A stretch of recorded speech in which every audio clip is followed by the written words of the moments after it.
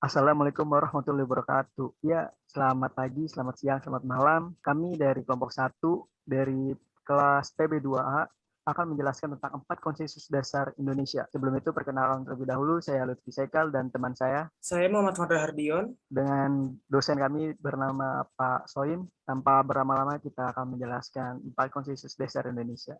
Baik, pertama adalah pengertian dari konsensus itu sendiri. Konsensus itu adalah sebuah kata yang bermakna kesepakatan bersama atau kebulatan suara. Hal ini merupakan kata serapan dari bahasa Inggris yang dimana konsensus, yang bermakna sama. Pembentukan konsensus sendiri dilandasi oleh adanya integrasi sosial terhadap legitimasi dan norma sosial yang berlaku pada suatu masyarakat.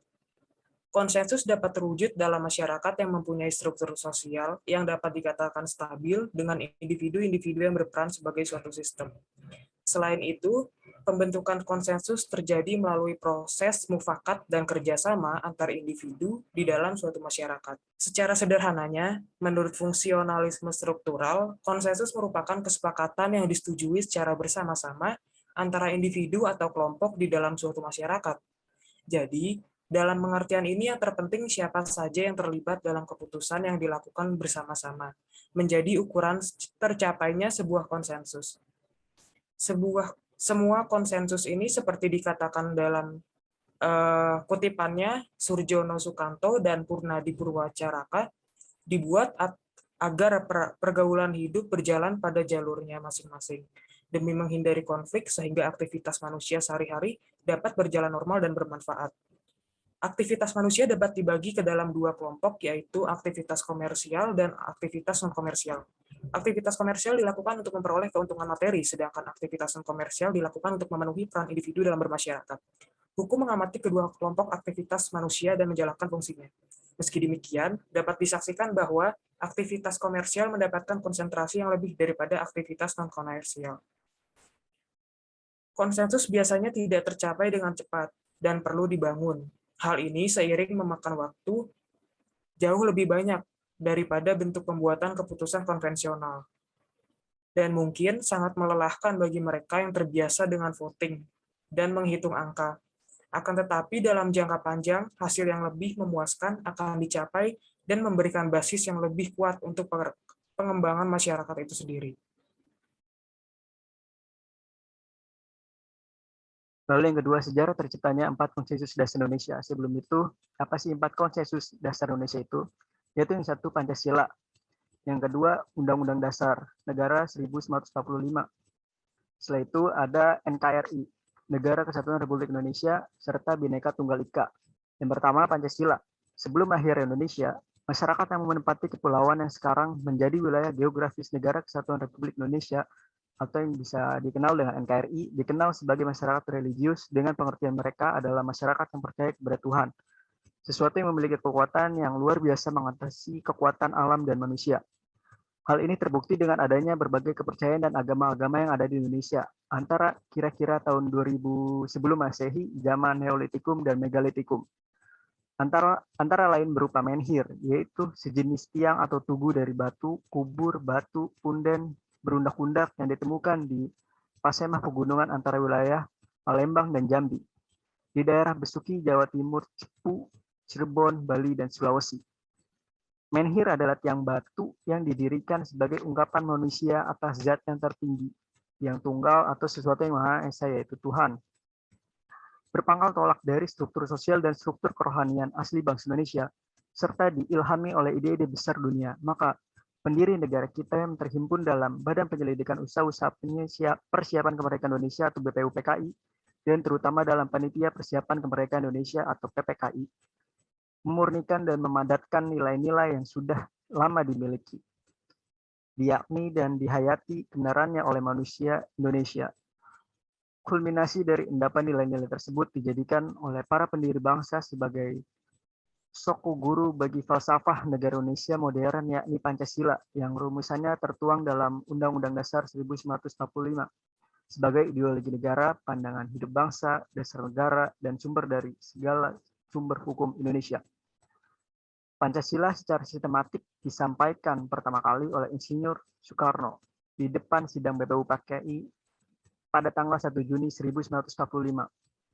Oleh Bung Karno dinyatakan bahwa Pancasila merupakan filosofis Grundslag atau fundamen filsafat pikiran yang sedalam-dalamnya, merupakan landasan atau dasar bagi negara merdeka yang akan didirikan. Takdir kemajemukan bangsa Indonesia dan kesamaan pengalaman sebagai bangsa terjajah menjadi unsur utama yang mengapa Pancasila dijadikan sebagai landasan bersama bagi fondasi dan cita-cita berdirinya negara Indonesia merdeka. Kemajemukan dalam kesamaan rasa dan pengalaman sebagai aneka jajahan ini menemukan titik temunya dalam Pancasila. Menggantikan beragam keinginan subjektif beberapa kelompok bangsa Indonesia yang menghendaki dasar negara berdasarkan paham agama maupun ideologi dan semangat kedaerahan tertentu. Keinginan-keinginan kelompok tersebut mendapatkan titik temunya pada Pancasila, yang kemudian disepakati sebagai kesepakatan bersama sebagai titik pertemuan beragam komponen yang ada dalam masyarakat Indonesia. Pentingnya kedudukan Pancasila bagi bangsa Indonesia dalam hidup bermasyarakat, berbangsa, dan bernegara, sehingga gagasan dasar yang berisi konsep, prinsip, dan nilai yang terkandung dalam Pancasila harus berisi kebenaran nilai yang tidak asing bagi masyarakat Indonesia. Dengan demikian, rela menerima, meyakini, dan menerapkan dalam kehidupan yang nyata untuk selanjutnya dijaga kokoh dan kuatnya gagasan dasar tersebut agar mampu mengantisipasi perkembangan zaman.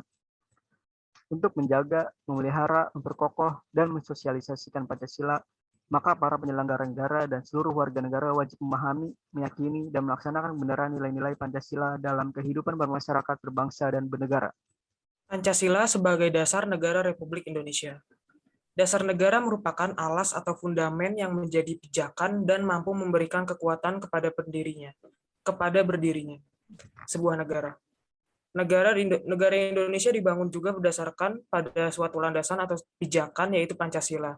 Pancasila dalam fungsinya sebagai dasar negara merupakan sumber kaidah hukum yang mengatur negara Republik Indonesia, termasuk di dalamnya seluruh unsur-unsurnya, yakni pemerintah, wilayah, dan rakyat. Pancasila dalam kedudukannya seperti inilah yang merupakan dasar pijakan penyelenggaraan negara dan seluruh kehidupan negara Republik Indonesia. Makna Pancasila sebagai dasar negara ialah Pancasila berperan sebagai landasan dan dasar bagi pelaksanaan pemerintahan, membentukkan peraturan, dan mengatur penyelenggaraan negara. Melihat dari makna Pancasila sebagai dasar negara, kita tentu dapat menyimpulkan bahwa Pancasila sangat berperan penting sebagai lensa bagi bangsa Indonesia dalam menilai kebijakan pemerintahan maupun segala fenomena yang terjadi di masyarakat. Yang kedua, Pancasila sebagai ideologi negara. Umumnya ideologi negara itu termasuk dalam golongan pengetahuan sosial dan tepatnya dapat digolongkan ke dalam ilmu politik sebagai cabangnya. Bila kita terapkan rumusnya ini pada Pancasila dengan definisi-definisi filsafat, dapat kita simpulkan bahwa Pancasila itu ialah hasil usaha pemikiran manusia untuk mencari kebenaran, kemudian sampai mendekati atau menganggap suatu kesanggupan yang digenggamnya seirama dengan ruang dan waktu. Hasil pemikiran manusia Indonesia yang sungguh-sungguh secara sistematis, radikal itu kemudian dituangkan dalam suatu rangkaian kalimat yang mengandung satu pemikiran yang bermakna, bulat, dan utuh untuk dijadikan dasar, asas, dan pedoman dalam rangka perumusan satu negara Indonesia merdeka yang diberi nama Pancasila. Selanjutnya adalah Pancasila sebagai falsafah bangsa. Kenapa disebut sebagai falsafah? Karena Pancasila sebagai dasar filsafat negara Indonesia, pada hakikatnya adalah sebagaimana nilai-nilainya yang bersifat fundamental, menjadi suatu sumber dari segala sumber-sumber hukum dalam negara Republik Indonesia. Menjadi wadah yang fleksibel bagi paham-paham positif untuk berkembang dan menjadi dasar ketentuan yang menolak paham-paham yang bertentangan dengan Pancasila, seperti ateisme, liberalisme, juga kapitalisme, komunisme, bahkan Marxisme, dan sebagainya yang tidak mengakar dalam budaya bangsa Indonesia. Selanjutnya, Pancasila sebagai pandangan hidup bangsa. Pandangan hidup yang diyakini suatu masyarakat maka akan berkembang secara dinamis dan menghasilkan sebuah pandangan hidup bangsa. Pandangan hidup bangsa adalah kristalisasi nilai-nilai yang diyakini kebenaran maupun manfaatnya oleh suatu bangsa sehingga darinya mampu menumbuhkan tekad untuk mewujudkan di dalam sikap hidup sehari-hari. Pancasila sebagai pemersatu bangsa. Pada Pancasila tercantum sangat jelas pada sila ketiga, yaitu Persatuan Indonesia. Maknanya, Pancasila menekankan dan menjunjung tinggi persatuan bangsa. Pancasila dianggap sebagai alat pemersatu karena berisi cita-cita bangsa dan gambaran tentang nilai-nilai ideal yang akan diwujudkan bangsa ini. Pancasila melandasi semua kehidupan kenegaraan, berbangsa, dan bermasyarakat sehingga fungsi dan kedudukan Pancasila adalah sebagai alat pemersatu bangsa, yaitu untuk menyatukan semua perbedaan yang ada di dalam, dan kedudukan Pancasila adalah sebagai pemersatu bangsa, yaitu untuk menyatukan semua perbedaan yang ada di Indonesia itu sendiri. Yang kedua dari Konsensus Dasar Indonesia, yaitu Undang-Undang Dasar Negara Republik Indonesia atau UUD NRI 1945. Ajaran filsafat bernegara bangsa Indonesia yang dibingkai dalam sebuah ideologi negara yang disebut Pancasila merupakan landasan utama semua sistem penyelenggaraan negara Indonesia. Hukum sebagai produk negara tidak dapat dilepas dari falsafah negaranya. Dalam pandangan seperti ini, maka filsafat hukum pun tidak dapat dilepaskan dari pemikiran filsafat dari negaranya. Penjelasan lebih rinci tentang hal itu dapat dicermati dari pemikiran Philippus M. Hajon 1998 di halaman 71 yang mengatakan bahwa kajian teori hukum terhadap suatu Pancasila sebagai dasar negara melalui alat dogmatik hukum, teori hukum, dan filsafat hukum akan sampai pada filsafat hukum yang menempatkan Pancasila sebagai landasan filsafat hukum Indonesia. Karena filsafat hukum Pancasila diterima dalam konsepsi pemikiran hukum dan dijadikan landasan normatif pembentuk dan pelaksana hukum, maka semua pola penyelenggara negara akan bertumbuh pada Pancasila. Hal ini sejalan dengan pemikiran Nota Nagoro yang mengemukakan bahwa sebagai konsekuensi Pancasila tercantum dalam pembukaan Undang-Undang Dasar 1945, maka pembukaan yang memuat Pancasila itu sebagai stat fundamental norm, konsekuensinya nilai-nilai Pancasila secara yuridis harus diderivasikan ke dalam UUD Negara Indonesia dan selanjutnya pada seluruh peraturan perundang-undangan lainnya. Dalam kedudukan seperti ini, Pancasila telah memiliki legitimasi filosofi, yuridis juga politis. Dalam kapasitas tersebut, Pancasila telah diderivasikan dalam suatu norma-norma dalam kehidupan kenegaraan dan kebangsaan. Terkait dengan hal itu, menurut Muhammad Mahfud MD, Kongres Pancasila 1 2009, dalam pembentukan negara hukum, maka Pancasila harus melahirkan kaidah-kaidah penuntun dalam pembuatan politik hukum atau kebijakan negara lainnya. 1. Kebijakan umum dan politik hukum harus tetap menjaga integrasi atau keutuhan bangsa, baik secara ideologi maupun secara teritori. 2. Kebijakan umum dan politik hukum haruslah didasarkan pada upaya pembangunan demokrasi atau kedaulatan rakyat dan nomokrasi atau negara hukum sekaligus. 3. Kebijakan umum dan politik hukum haruslah didasarkan pada upaya membangun keadilan sosial bagi seluruh rakyat Indonesia. Yang 4, kebijakan umum dan politik hukum haruslah didasarkan pada prinsip toleransi beragama yang berkeadaban sebenarnya secara eksplisit pasal 2 Undang-Undang Nomor 12 tahun 2011 tentang pembentukan peraturan perundang-undangan menyatakan Pancasila merupakan sumber hukum negara. Namun hal ini tidak dapat dipungkiri. Nyatanya masih banyak peraturan perundang-undangan yang tidak bersumber dan bahkan bertentangan dengan nilai luhur Pancasila yang tentunya hal ini sangat memprihatinkan dan harus segera diakhiri. Undang-Undang 1945 yang disahkan pada tanggal 18 Agustus 1945 diganti dengan Konstitusi Republik Indonesia Serikat atau KRIS. Pada tanggal 27 Desember 1449, kemudian KRIS ini digantikan dengan Undang-Undang Dasar Sementara atau UDS 1950. Pada tanggal 17 Agustus 1950, selanjutnya dengan adanya Dekret Presiden. Maka Undang-Undang Dasar diberlakukan lagi pada era reformasi UUD 45. Naskah asli oleh Majelis Permusyawaratan Rakyat diubah 4 kali, yaitu perubahan pertama pada tahun 99, perubahan kedua pada tahun 2000, perubahan ketiga tahun 2001, dan perubahan keempat tahun 2002. Dalam Undang-Undang Dasar 1945 setelah perubahan inilah dinyatakan secara eksplisit pada pasal 1 ayat 3 yang dimana negara Indonesia adalah negara hukum, sedangkan pasal 1 ayat 2 perubahan dinyatakan bahwa kedaulatan berada di tangan rakyat dan dilaksanakan menurut Undang-Undang Dasar. Dengan demikian jelas bahwa Negara Kesatuan Republik Indonesia yang berlandaskan Pancasila adalah negara hukum yang demokratis atau negara demokrasi yang berdasarkan atas hukum. Hal ini menunjukkan bahwasannya dalam NKRI kekuasaan tunduk pada hukum dan semua orang mempunyai kedudukan yang sama di hadapan hukum. Serta hukum merupakan produk legislasi yang dibuat secara demokratis berdasarkan Pancasila itu sendiri. Oke, yang ketiga dari konsensus yaitu NKRI, Negara Kesatuan Republik Indonesia sebagai bentuk negara. Bangsa Indonesia lahir dan bangkit melalui sejarah perjuangan masyarakat bangsa yang pernah dijajah oleh Portugis, Belanda, Inggris, dan Jepang. Akibat penjajahan bangsa Indonesia yang sangat menderita, tertindas lahir dan batin, mental dan materi. Mengalami kehancuran di bidang ekonomi, politik, sosial, budaya, dan pertahanan keamanan hingga sisa-sisa kemegahan dan kejayaan Nusantara seperti Sriwijaya dan Majapahit yang dimiliki oleh rakyat di bumi pertiwi, sirna dan hancur tanpa sisa.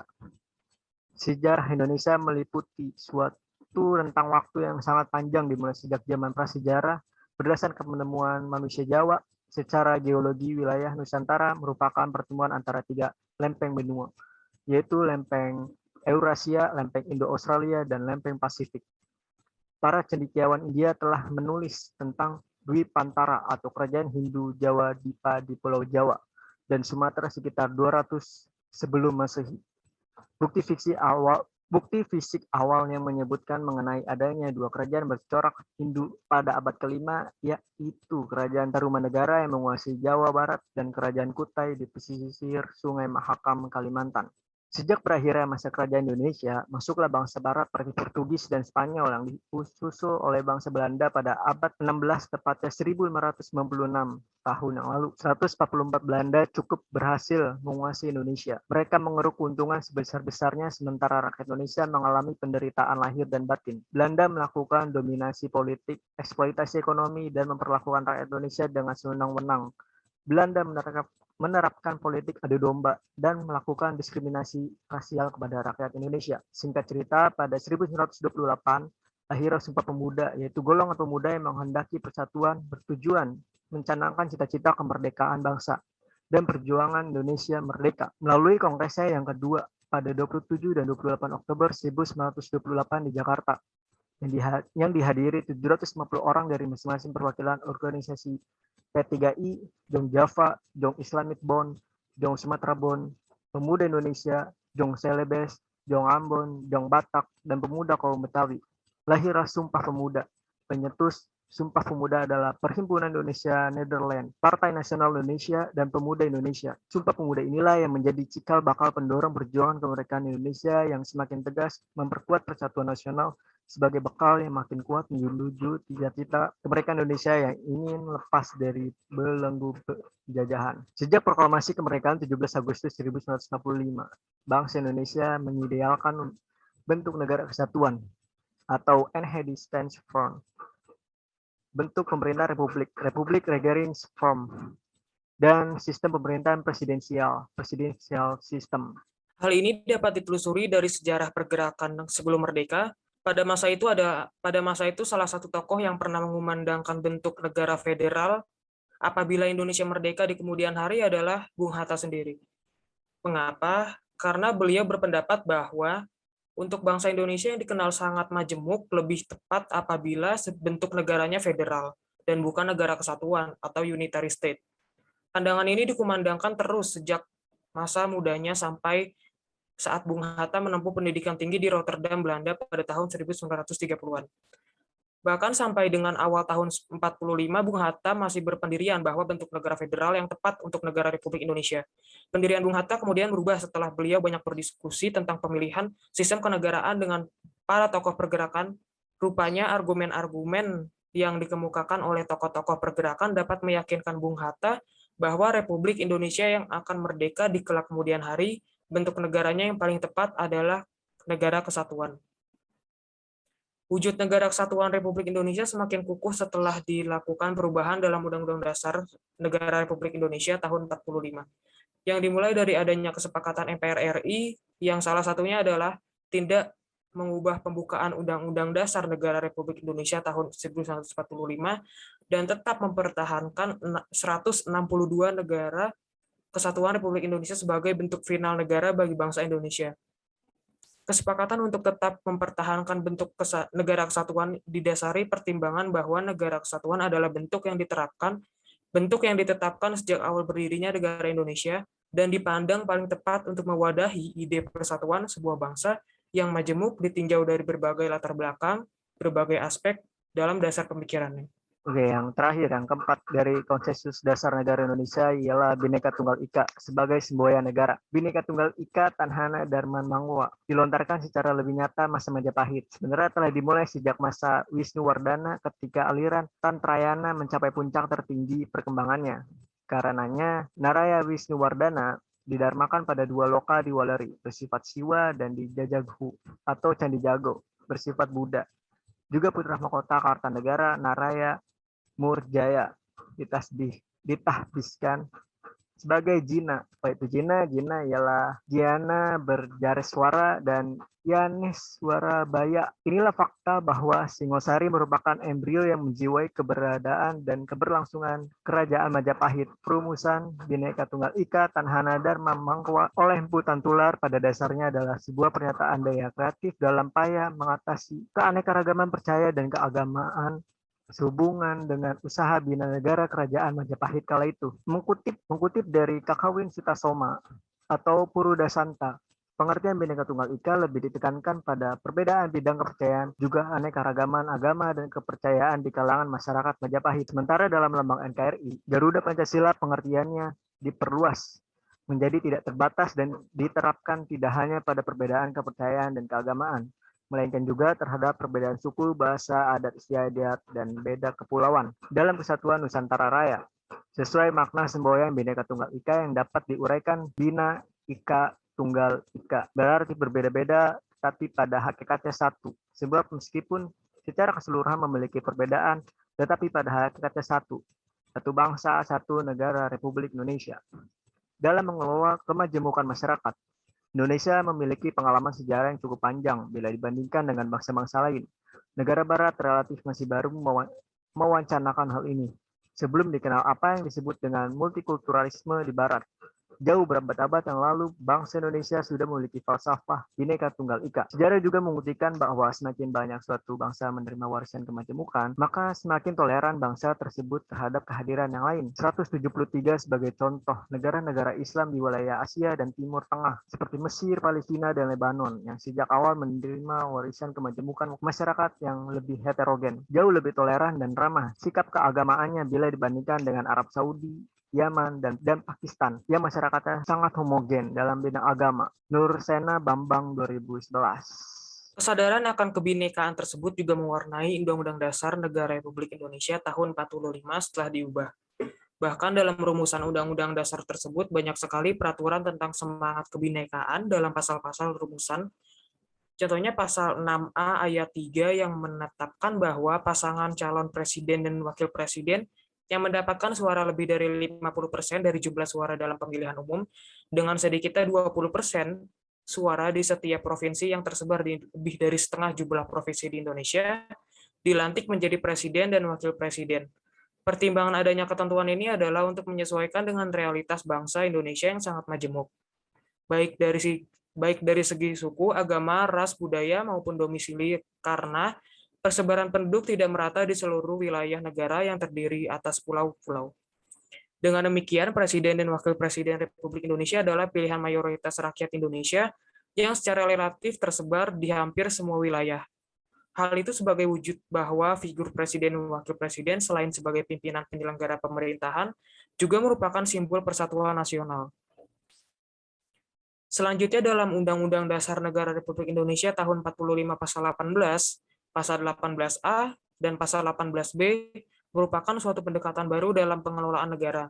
Di satu pihak ditegaskan tentang bentuk negara kesatuan Republik Indonesia dan di pihak lain ditampung kemajemukan bangsa sesuai dengan sasanti Bhinneka Tunggal Ika. Mengapa harus ada konsensus dasar bangsa negara Indonesia? Mungkin ini akan menjadi bahasan yang sangat kompleks jika dituangkan sepenuhnya di sini. Namun, poin penting dan pada intinya adalah konsensus hadir di tengah-tengah kehidupan bermasyarakat untuk menyadarkan kita selaku warga negara.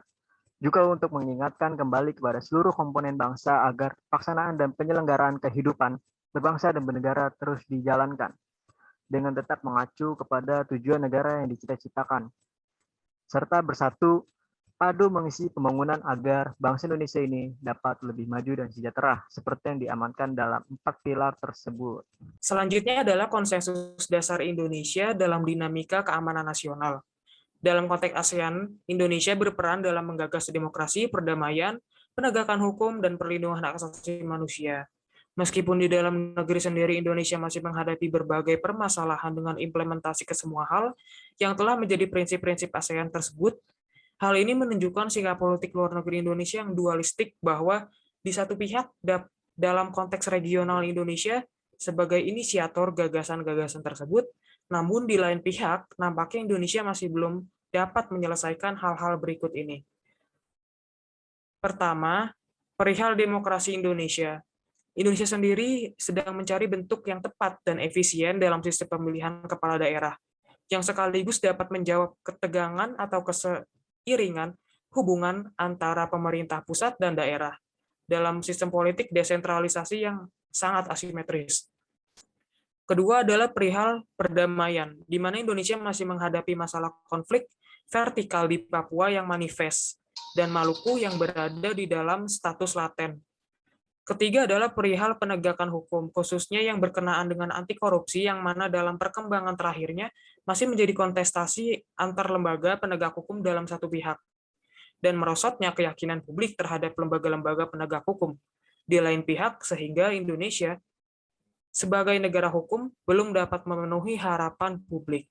Selanjutnya, yang keempat adalah penegakan hak asasi manusia. Indonesia masih belum dapat menunjukkan sebagai negara yang dapat menyelesaikan kasus-kasus pelanggaran hak asasi manusia yang berkategori berat, baik yang terjadi di masa Orde Baru lalu maupun yang terjadi di dalam periode politik pasca reformasi 1998. Terutama kasus-kasus yang terjadi di daerah konflik vertikal seperti yang sudah disebutkan tadi Aceh, Papua.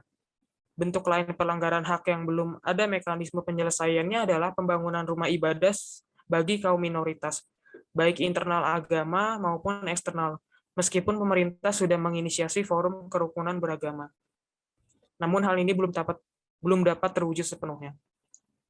Indonesia memiliki keniscayaan geografis, yaitu berada di dua benua dan dua samudra, sehingga selalu berada dalam pengaruh dinamika perkembangan global, internasional dan nasional di negara-negara yang berada di sekitarnya.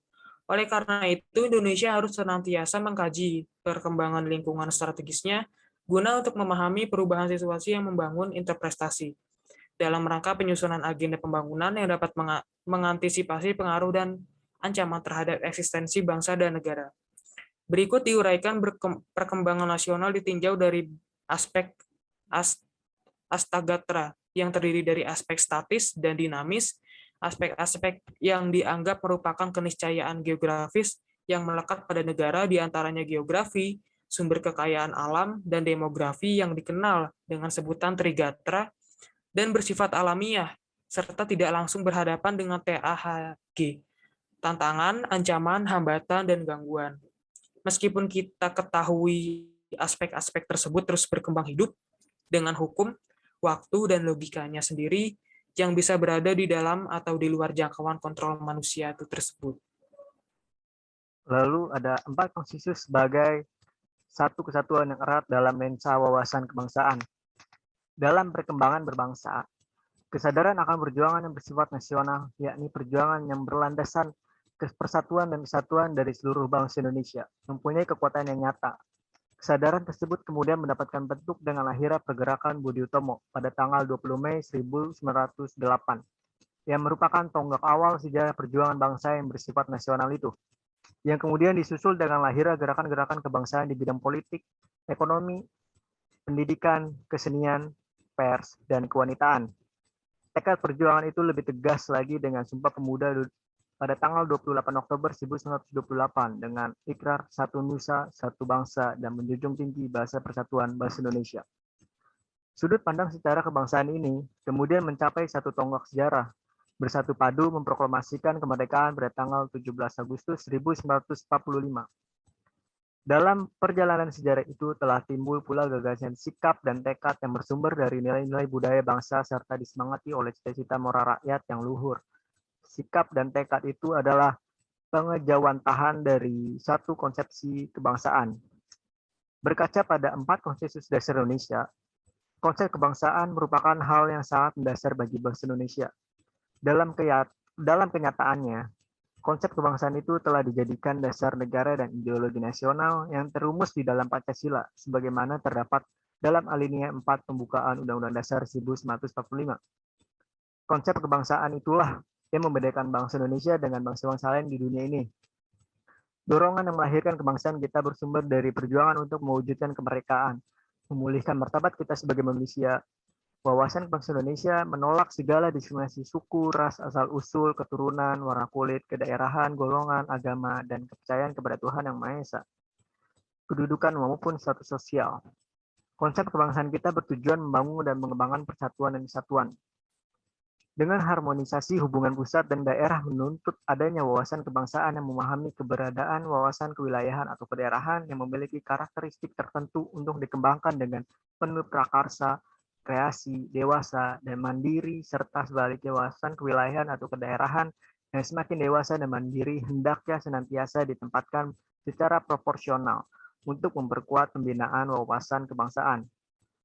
Wawasan kebangsaan yang memberikan ruang dan kesempatan untuk berkembangnya wilayah kewilayahan atau kedaerahan yang semakin dewasa dan mandiri, pada hakikatnya menyadari bahwa wilayah negara Indonesia sangat luas, yang berisikan masyarakat bangsa Indonesia yang terdiri dari berbagai suku bangsa, bahasa, agama, adat istiadat, dan sebagainya, yang justru dapat dimanfaatkan sebagai kekuatan untuk mempersatukan dan membangun bangsa Indonesia yang besar.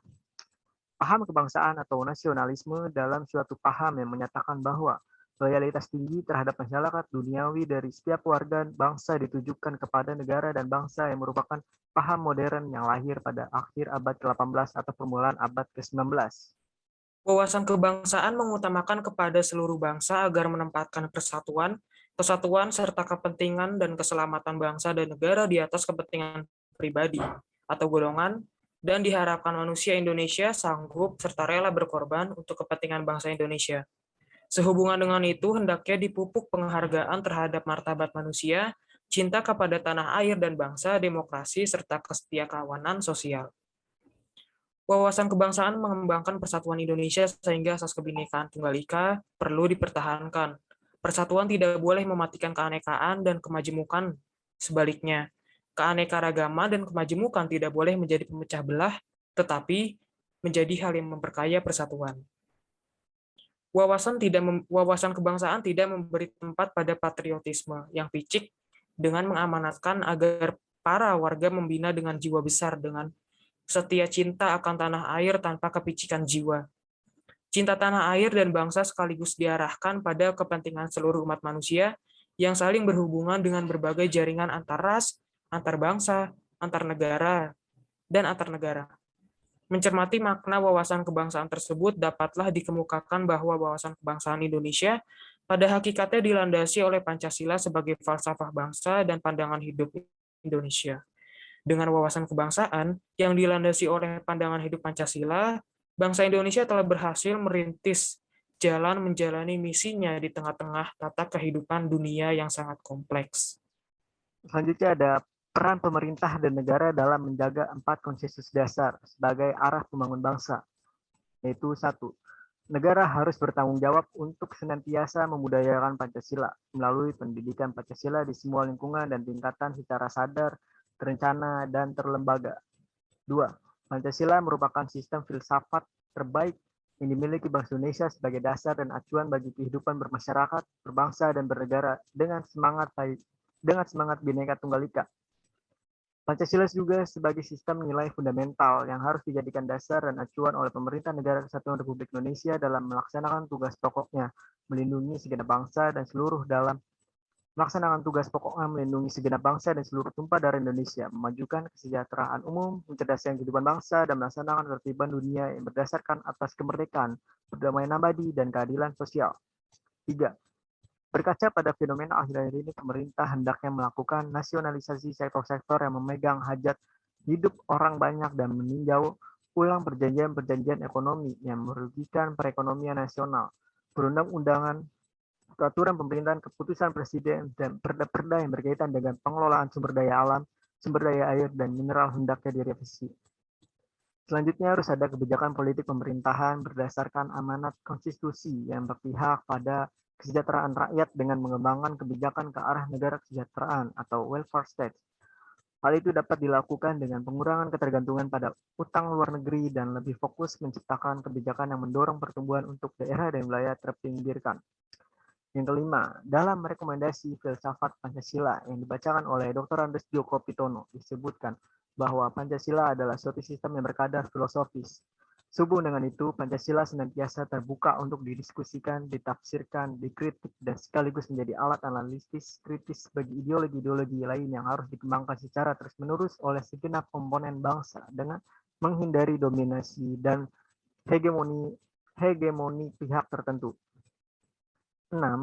Perlunya dilakukan perkembangan politik komunikasi, khususnya bagi media massa yang memiliki komitmen kebangsaan dan mampu mendidik anak bangsa untuk mempunyai wawasan kebangsaan serta jiwa nasionalisme.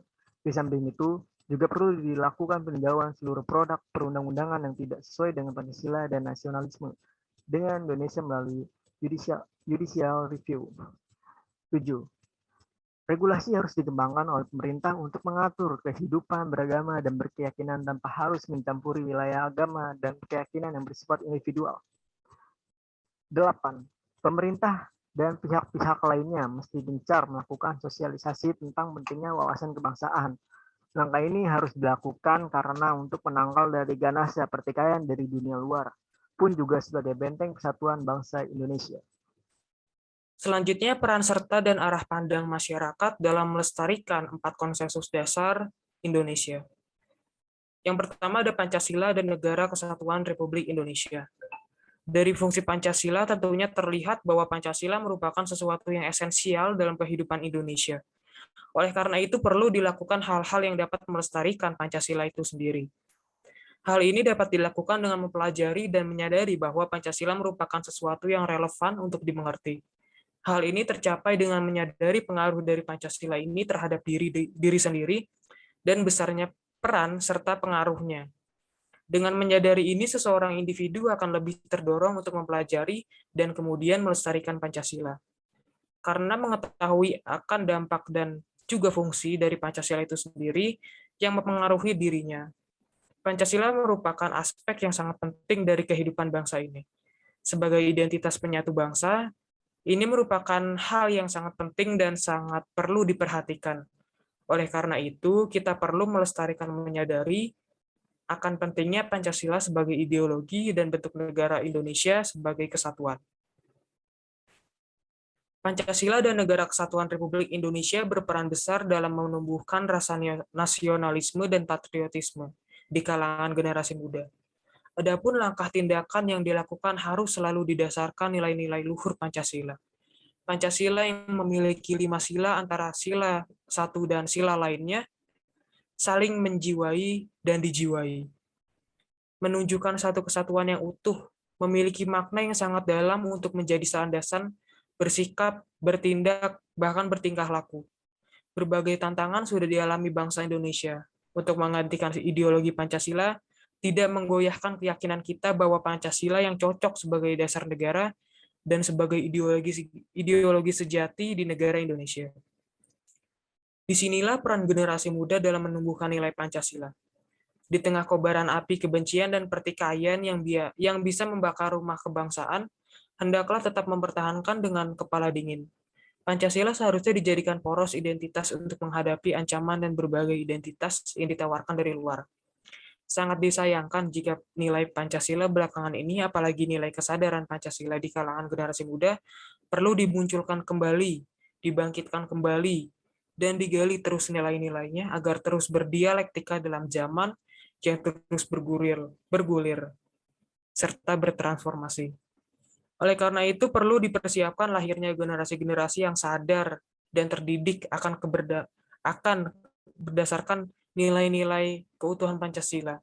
Terdidik dalam arti generasi muda mempunyai kemampuan dan kemandirian dalam mengembangkan ilmu pengetahuan sebagai sarana pengabdian kepada bangsa dan negara. Dengan demikian, akan muncul generasi-generasi yang mempunyai ide-ide segar dalam mengembangkan Pancasila. Sehingga diharapkan akan tercipta generasi muda sebagai penerus bangsa yang mampu membangun bangsa Indonesia menuju kesejahteraan yang pada akhirnya dapat menjaga keharmonisasian dan kelangsungan hidup bangsa Indonesia yang merdeka, bersatu, berdaulat, rakyat berdasarkan Pancasila, serta penuh spirit Pancasila untuk mewujudkan bangsa yang sejahtera, adil, serta makmur di masa yang akan mendatang. Lalu ada Bhinneka Tunggal Ika. Bhinneka Tunggal Ika sangat memiliki peran penting bagi Indonesia. Salah satunya digunakan sebagai pemersatu bangsa demi meningkatkan derajat negara Indonesia.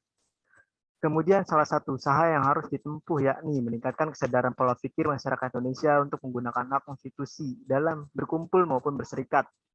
Dan juga mendorong masyarakat untuk lebih menggunakan dasar agama sebagai landasan kehidupan dalam bersosialisasi yang juga menegaskan bahwa Tuhanlah tujuan hidup mereka seperti yang tertera dalam agama yang dianut setiap individu masyarakat. Seiring berkembangnya zaman, pengamalan Bhinneka Tunggal Ika semakin lama semakin meredup. Bhinneka Tunggal Ika tidak cukup hanya sebatas semboyan atau konsep pengembangan suatu negara saja. Perlu ada suatu cara baru yang lebih menyesuaikan dengan kehidupan di zaman sekarang. Salah satu cara yang bisa dilakukan adalah dengan mengadakan perayaan. Perayaan adalah salah satu langkah untuk bagaimana masyarakat bisa memaknai dan mengamalkan Bhinneka Tunggal Ika dengan cara turut aktif dalam sebuah perayaan. Contohnya mengadakan festival di berbagai daerah dengan menunjukkan kebudayaan daerah mereka masing-masing. Dengan demikian, masyarakat kembali disadarkan akan beragamnya kebudayaan daerah di Indonesia yang perlu dilestarikan dan begitu berharganya kebudayaan-kebudayaan tersebut. Perayaan tersebut bertujuan untuk membangun keakraban dan kebersamaan di tengah-tengah perbedaan antar masyarakat. Di setiap negara pasti memiliki aturan-aturan tertentu. Begitu juga dengan negara Indonesia, yang memiliki berbagai aturan yang mengatur setiap individu. Masyarakat jadi sudah selayaknya kita menjaga keutuhan Bhinneka Tunggal Ika dengan mentaati peraturan-peraturan yang ditentukan dalam negara Indonesia. Maka dari itu, Bhinneka Tunggal Ika harus dijaga keutuhannya karena telah disadari begitu pentingnya Bhinneka Tunggal Ika bagi Indonesia. Maka sudah menjadi kewajiban kita sebagai rakyat Indonesia untuk memelihara keutuhan suatu wilayah yang menjadi kekuatan utama dalam bernegara. Disusul dengan saling menghormati perbedaan satu sama lain karena negara Indonesia ini mengandung beragam perbedaan di dalamnya. Maka dari itu saling menghormatilah yang menjadi fondasi Bhinneka Tunggal Ika. Yang terakhir yaitu Undang-Undang Dasar Negara Republik Indonesia tahun 1945. Undang-Undang Dasar 1945 di samping memuat aturan pokok yang diperlukan bagi negara dan pemerintah, berisikan pula dasar filsafah negara dan pandangan hidup bangsa Indonesia. Dasar falsafah dan pandangan hidup tersebut telah berakar dan tumbuh berabad-abad lamanya dalam kalbu dan sejarah bangsa Indonesia, serta telah ditempa dan diuji melalui perjuangan-perjuangan yang panjang dan penuh pengorbanan. Kemantapan nilai-nilai Undang-Undang Dasar dan kebutuhan yang tidak dapat disangkal untuk mempertahankan serta mengamankan yang sangat jelas dirasakan oleh generasi yang telah terpanggil untuk membela bahkan melalui perjuangan fisik. Namun perlu tetap diusahakan juga agar generasi-generasi yang akan datang dapat menghayati nilai-nilai luhur yang terkandung dalam Undang-Undang Dasar 1945 ini. Ini merupakan tantangan utama yang kita hadapi dalam pelestarian Undang-Undang Dasar 1945 untuk masa selanjutnya. Dalam suatu yang kian menyempit di mana hubungan antar manusia dan antar bangsa menjadi kian intensif, membawa masalah-masalah yang semakin berkaitan, kita akan dihadapkan kepada pengaruh aneka ragam pemikiran dan pendekatan yang dapat berlawanan serta hakiki dengan pokok-pokok pikiran yang melandasi Undang-Undang Dasar tersebut. Karena itulah harus dicegah agar kita tidak menggunakan sistem atau nilai yang lain. Jika hal itu terjadi, maka dapat melahirkan tuntunan-tuntunan yang tidak mungkin terpenuhi dalam mengorbankan jiwa dan asas kehidupan bangsa dan negara yang dilandasi oleh Undang-Undang Dasar 1945 itu sendiri. Supremasi hukum dan penegakan hukum adalah dua hal yang tidak bisa dipisahkan. Keduanya harus bersinergi untuk mewujudkan cita-cita hukum, fungsi hukum, dan tujuan hukum yang sebesar-besarnya untuk kemanfaatan, kebahagiaan, dan kesejahteraan umat manusia yang bersendikan nilai-nilai kebenaran dan keadilan. Penegakan supremasi hukum dalam suatu negara dapat berjalan dengan beberapa prinsip, antara lain, satu, prinsip negara hukum.